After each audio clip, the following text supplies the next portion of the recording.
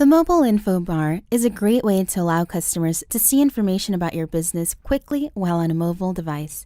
In the Home menu, click Settings, then click Mobile Information Bar. To enable the mobile info bar, you'll need to choose the light or dark bar from the drop-down menu. Once enabled, you can display up to 4 pieces of information: your email address, phone number, location, and business hours.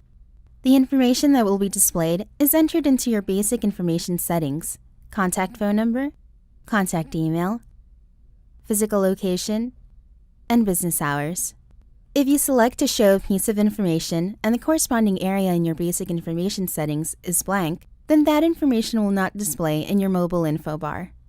If you click the Edit buttons, you will be brought to your basic information settings, where you can add new information or update your existing information. When you're finished, click Save. Let us know if you have any further questions. We're always here to help.